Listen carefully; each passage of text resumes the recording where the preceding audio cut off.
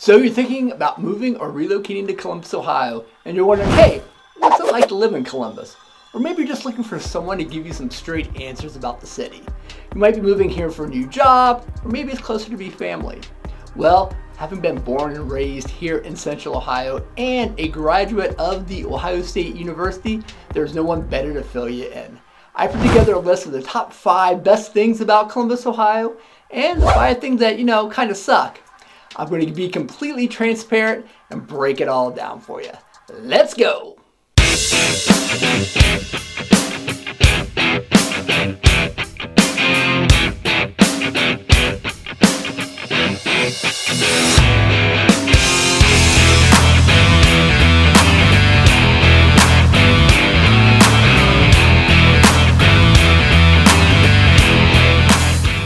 Hey, and welcome. If you're new to my channel, I'm Mark Van Stein, and I make videos about what it's like living in Columbus, Ohio.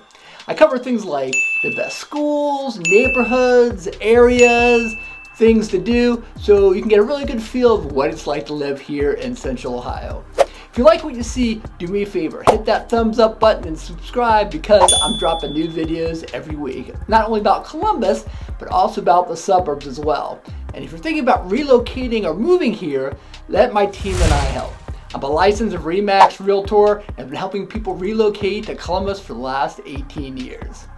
Make sure you give us a call, shoot us a text, send us an email, send me a fax.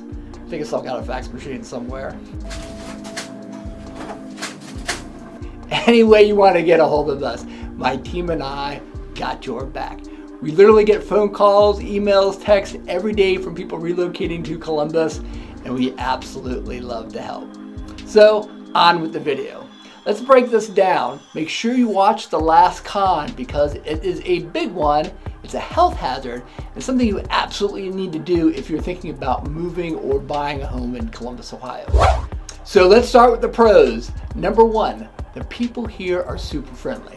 Now, that might sound a bit strange, but depending on where you're coming from, what part of the country, you might know exactly what I mean. I've got a really funny story. After college, I lived in New York City for about 7 years. And one holiday season, I brought my girlfriend home with me for the holidays. Now, she was a native New Yorker and spent most of her life on the East Coast. And we're out walking around the mall one day, going from shop to shop, Christmas shopping.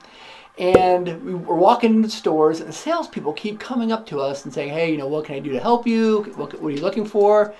And after about the 4th store, she grabs me and shakes me and says, Mark, what do these people want from us? Why do they keep coming up to us and talking to us? You know what? I just laughed. She wasn't used to people actually coming up to you in stores and helping you, and even talk to you for that matter. In New York City, you can literally walk through a grocery store line without any communication ever going on. This whole thing was a total foreign concept to her. And walking down the street, not making eye contact with people, that's totally normal in New York City. In Columbus, it's very, very different. People might chat you up while waiting in line. They may smile at you. It doesn't mean they want anything from you. You know what? They're just being friendly. And depending on where you're coming from, it might be a little hard getting used to. Number 2, Columbus has a very strong economy and good jobs market. Columbus is not only the state capital, but also has one of the largest universities in the country, the Ohio State University. And yes, you have to enunciate the "the." OSU has over 50,000 full-time students at their Columbus campus, and these 2 components, along with very diverse industries, including manufacturing, insurance, healthcare, and finance, really keeps our economy very, very stable here in Central Ohio. You have to also factor in the $100 billion investment that Intel is making to Central Ohio and all the ancillary companies that will be supporting the 6 manufacturing chips that are going to be relocated here. I had a client a few years ago who relocated to Columbus. After about 10 months, he realized, the job just wasn't going to work out for him. But because there was so much diversity here in the job market, he was easily able to find another position and actually make more money, so he didn't have to move his family and relocate them again.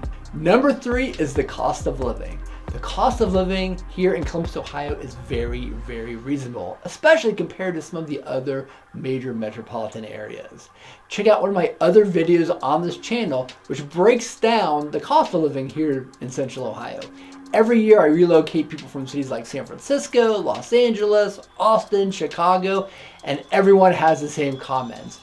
Why in the world would I ever want to move from where I live now to Columbus, Ohio, which I completely can appreciate and understand, having lived in New York City myself. Look, I'm not here to tell you that Columbus, Ohio compares to some of these other major metropolitan areas, but when they get here, learn how affordable it is, how good the public school systems are, how family friendly it can be, they're a little amazed. Staying or moving becomes a much easier decision, especially if a couple has children or is thinking about starting a family. The overall quality of life seems to be so much better, so much so that I've had clients move here for a job, it doesn't work out, and they end up staying permanently. It's amazing. Number 4 is the amount of diversity in Columbus. Columbus has become a very diverse city with many, many different cultures. Now I admit, 30, 40 years ago, Columbus was a glorified cow town. Today, however, you will find people from all over the world and different backgrounds living here in Central Ohio. Much of this can be attributed to the diversity of industry here in Columbus and the Ohio State University attracting international students here to Columbus. And these students come, they ultimately remain in town. Also, the number of diverse companies here in Central Ohio. As I mentioned in number 2, we have a very strong industries here in Columbus. One good example would be Honda. Honda back in the 80s built a huge manufacturing plant out of Marysville, which is about 25 to 30 minutes northeast of Dublin. Honda will bring in executives for multi-year assignments here to the States. This has created a huge Japanese culture in the Dublin area and throughout other parts of town. And that's just happening throughout Columbus. The last pro is the quality of the public schools. Columbus suburbs have excellent school districts, several of which are ranked in the top of the state. There are literally 10 to 12 districts in Central Ohio, which I would have no problem sending my own children to. I break down the districts into 2 tiers, Tier 1 and Tier 2 on a separate video on this channel. If you're moving to Columbus and have school-age children, and schools are important to you, make sure you reach out to me or drop me a comment below for even more insight. The top tier is usually the most asked about and highly desirable districts in Columbus, the ones my clients are constantly asking for information about, and where families with children usually start their home search. The second tier schools are also very, very good, but not quite as requested by my relocation clients. The good news is that there are many, many good public school options throughout Columbus, and a few good private and Catholic schools as well. While there are dozens of pros about living in Columbus, nowhere is perfect, right? So here are a few of the things that kind of stink about living in Columbus. Number 1, the weather here is pretty awful. Now, I'm just not saying that like a lot of other people say the weather where they might live is kind of crappy. The weather here in Columbus is really pretty terrible. Now, the good news is that we have all 4 seasons. We have spring and fall, which can be very, very quite lovely. Unfortunately, Columbus happens to be the 4th most cloudy city in the United States, right behind Seattle, Cleveland, and I think Indianapolis. So it's not uncommon to go days and even weeks in the wintertime without seeing the sun. As you can imagine, that can get pretty depressing. On top of that, we don't get a lot of snow here in Columbus, because the snow belts are just to the north and just to the south of Central Ohio. What we do get instead is a lot of freezing rain and 35-degree winter days. Con number 2 is taxes. All those great school districts I spoke about earlier, how do you think they get funded? Through property taxes. Now, the good news is that at least your tax dollars is going towards something worthwhile, right? My clients that I relocate from other parts of the country like Colorado and Texas, where the property taxes are pretty low, are absolutely shocked about how high the property taxes are here in Columbus. In fact, they're comparable with some of the most expensive parts of the country. What the hell are you talking about? On the county auditor's website, there is a tax estimator for each property. So if you're thinking about purchasing a home, it's worth doing a little bit of investigating on the different areas. And if you're buying, it's very important your realtor knows some of these higher desirable areas, because there are a few areas you can live that have a slightly lower tax basis, and that's going to be important. If you're looking in one of these highly desirable areas, reach out to my team. We would love to guide you.